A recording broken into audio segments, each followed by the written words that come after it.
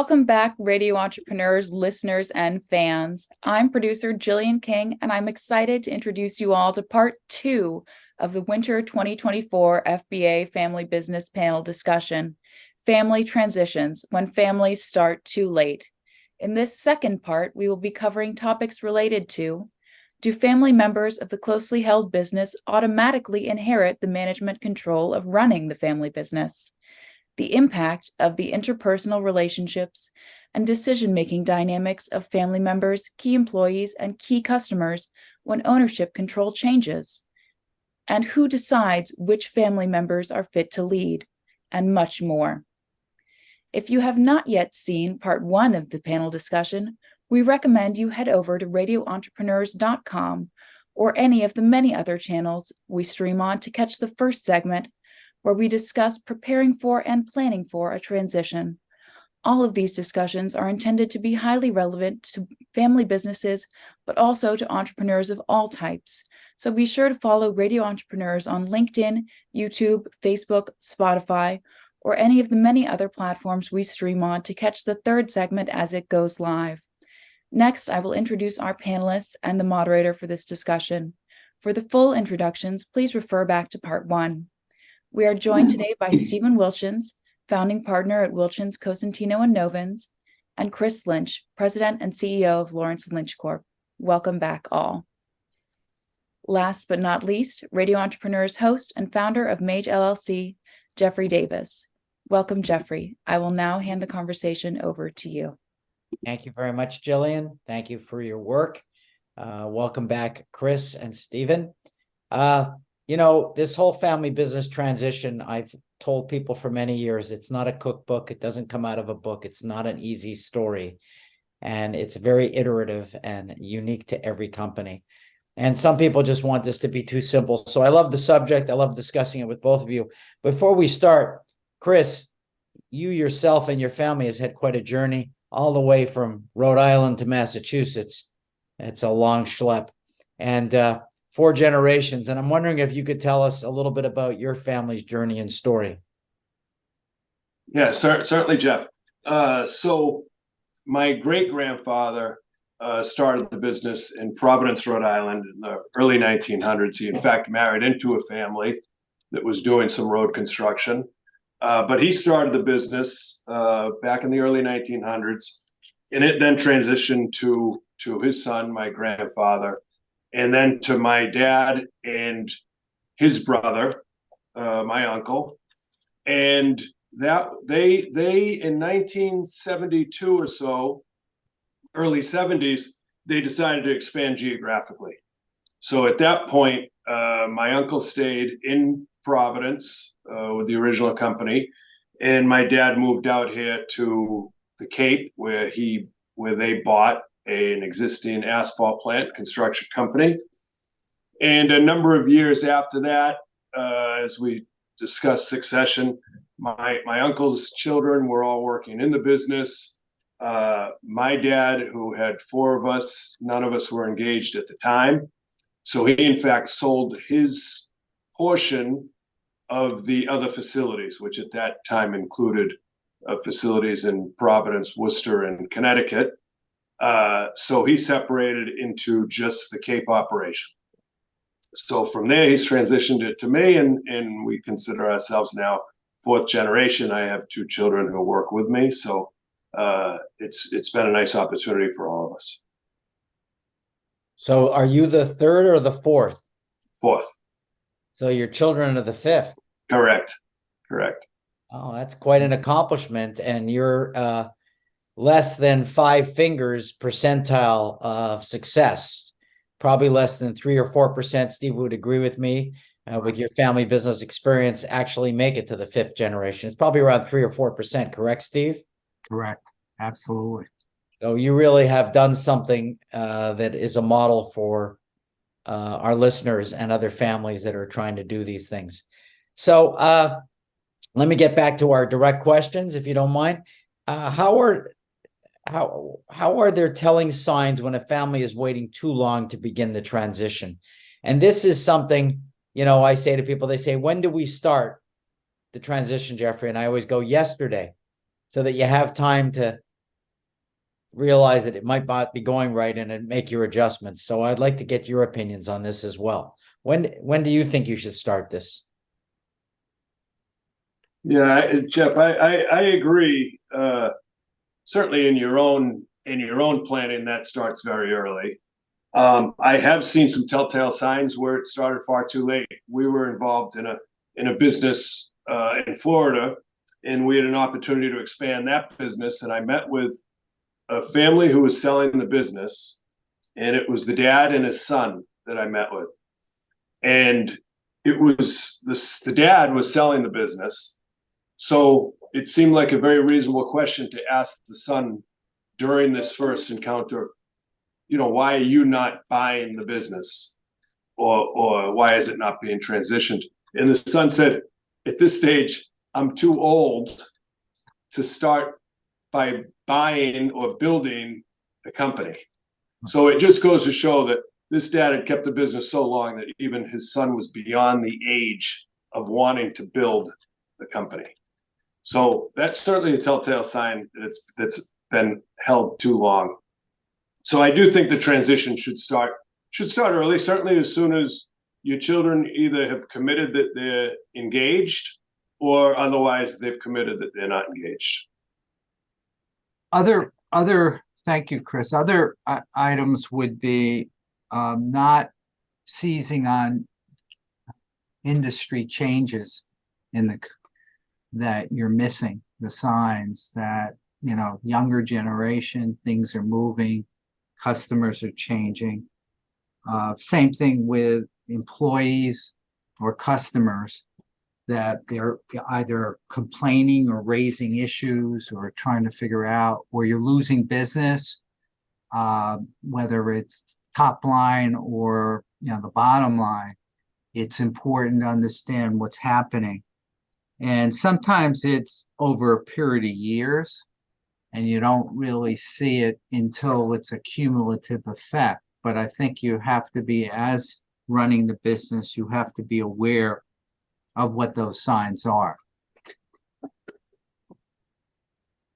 The next question, I think most families don't address, even when they're addressing the transition. And I think it's really critical. I've known fathers who held on to death and mothers, some who've held on into their 90s. How do you make the major shareholder comfortable with transferring stock, and when? And Steve, maybe this is something you've dealt with more than I have. They're never totally comfortable.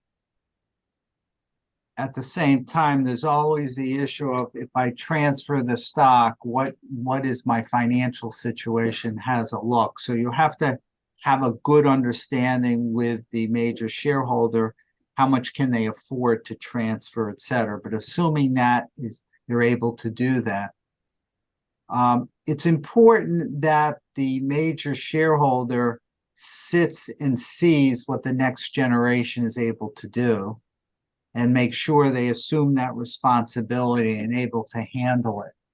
And once that happens, then the major shareholder is in a better position to give up control and is more willing to feel good about their decision, that the next generation is assuming the responsibility, they're taking care of the employees, they're going to make this business a real success.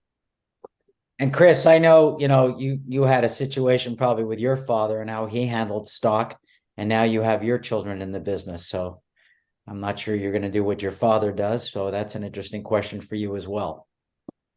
Yeah, I think it is twofold. I think it's one, when is the major shareholder prepared to move on? And that is probably both financial and probably more importantly emotional, right? And other interests that major shareholder may have. And then beyond that, certainly is the situation is that major shareholder comfortable? Now he's comfortable with his plan or her plan. Are they comfortable with the next generation running it? So it is twofold.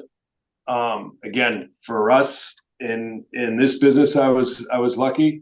My dad seemed to have enough additional interest, although he still comes in every day and enjoys that. But he did have enough additional interest that he wanted to transition out of some of the business, and he appeared to be confident that I'd be able to do that. So for us, it was pretty seamless and didn't take too long. Next question. In the next generation, when the next generation assumes control over the family business, is it necessary that they own voting control over the stock? Are there action items or strategies that could be implemented? Again, I think a little bit of here too, Stephen, around trustees sometimes controlling voting control of stock. So this is a complicated question, again, that families don't always understand. Depending on the sophisticated planning and whether the major shareholders put shares into trust, the question is, I'm a firm believer of more of a board of trustees to operate similar to a board of advisors or board of directors, a fiduciary board of directors, because I think most of the control ultimately will be held up in the trustees' hands. And I think that it should be operated similar to the business environment, where there's not just one person controlling it, but there's a group of people controlling it. And that there's a mechanism to replace people and a mechanism to have some type of forum to make sure that decisions are made timely and encourage comments and thoughts from the next generation. And I'm sure you picked up on it, Chris. Stephen has just introduced the idea of putting controls and checks and balances over next generation. Right. I did, Jeff. And in our situation, ownership has only all the voting rights and all the stock. So I would need to learn more through a transition team in order to be able to understand how to best transition some voting control outside of ownership. Okay, well, we're going to keep going down this, what I would call the Stephen Wilchins channel, because I love these legal questions. Do stock transfers from one generation to the next provide opportunities, or should they provide opportunities to employees as well as non-family members as you look at the transition of the business?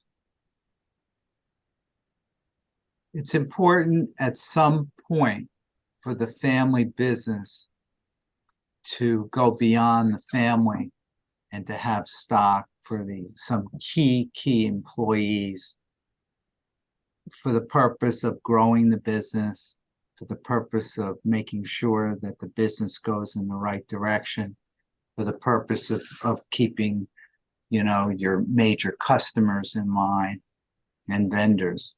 So at some point, I don't think there's anything wrong with expanding the ownership to non-family members. It's funny. I always marvel at clients, and I look at Shark Tank too. With when you look at Shark Tank, one of the issues is, well, how do I value the company? If I put in X dollars, what do I get for that percentage? And the issue for clients is it's not so much what they own, it's what they can build.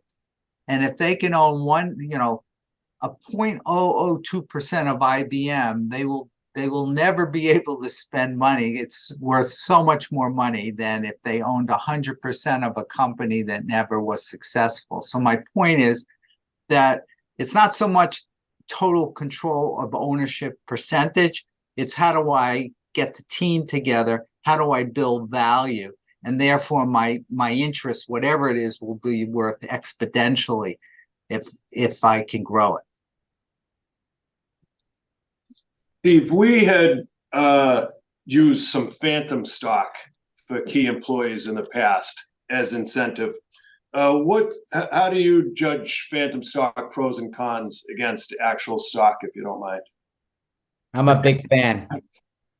You're a big fan, Jeff? I am. I just think it's like getting a custom-made suit. You can make it any way you want, Yeah, Exactly. yeah. And you're not obligated to fall into government rules and standards and fiduciary rules. And so I love the customization of phantom stock, but I'll let the expert address No, my no, I opinion. think you're on the right track. I like it too, because it's like an interim step to ultimately giving up some stock at some point, some way, some point in time.